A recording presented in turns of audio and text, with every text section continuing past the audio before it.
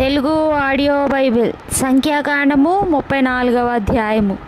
మరియు యెహోవా మోషేకు ఇలాగు సెలవిచ్చెను, నీవు ఇశ్రాయేలీయులతో కనాను దేశమున అనగా పొలిమేరల చొప్పున మీరు చీట్లు వేసి స్వాస్థ్యముగా పంచుకొను కనాను దేశమున మీరు ప్రవేశించుచుండగా మీ దక్షిణ దిక్కు సీను అరణ్యము మొదలుకొని ఎదోము సరిహద్దు అనగా మీ దక్షిణపు సరిహద్దు ఉప్పు సముద్రము యొక్క తూర్పు తీరము వరకు ఉండును.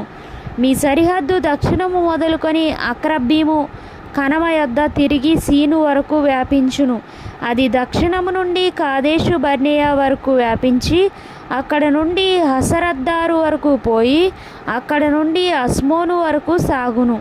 అస్మోను నుండి ఐగుప్తు నది వరకు సరిహద్దు తిరిగి సముద్రము వరకు వ్యాపించును.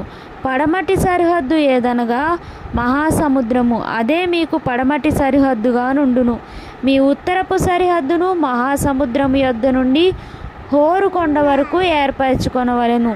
హోరు కొండ యొద్ద నుండి హమాతునకు పోవు మార్గము వరకు ఏర్పరచుకొనవలెను.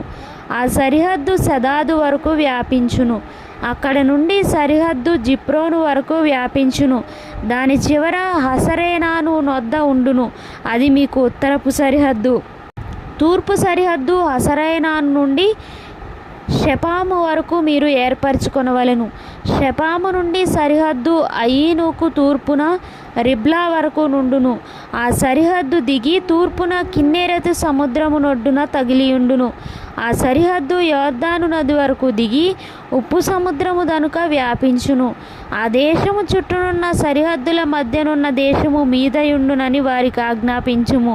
మోషే ఇశ్రాయేలీయులతో, మీరు చీట్ల చేత పొందబోచున్న దేశము ఇది. యెహోవా 9 గోత్రములకును అర్ధగోత్రమునకును దీనినియ్యవలెనని ఆజ్ఞాపించెను. ఏలయనగా తమ తమ పితరుల కుటుంబముల ప్రకారము రూబేనీయులను గాదీయులను తమ తమ స్వాస్థ్యముల నొందిరి. మనష్షే అర్ధగోత్రపు వారు తమ స్వాస్థ్యము నొందిరి. ఆ 2 గోత్రపు వారును అర్ధగోత్రపు వారును సూర్యోదయ దిక్కున అనగా తూర్పు దిక్కున యెరికో యొద్ద యోర్దాను యువతల తమ తమ స్వాస్థ్యములను పొందిరని చెప్పెను. మరియు యెహోవా మోషేకు ఇలాగు సెలవిచ్చెను, ఆ దేశమును మీకు స్వాస్థ్యముగా పంచిపెట్టవలసిన వారెవరనగా యాజకుడైన ఎలియాజరును నూను కుమారుడైన యెహోషువయు.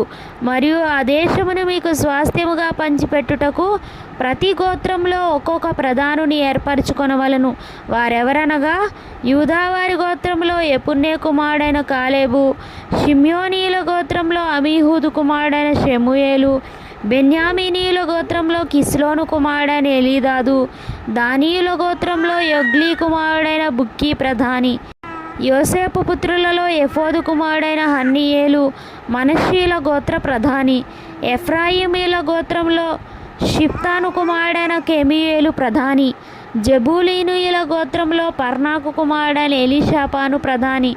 ఇస్సాకారీల గోత్రంలో అజాను కుమారుడైన పల్తీయేలు ప్రధాని. ఆషేరీల గోత్రంలో షెలోమీ కుమారుడైన అహీహూదు ప్రధాని. ఆషేరీల గోత్రంలో షెలోమీ కుమారుడైన అహీహూదు ప్రధాని. నఫ్తాలీల గోత్రంలో అమీహూదు కుమారుడైన పెదహేలు ప్రధాని.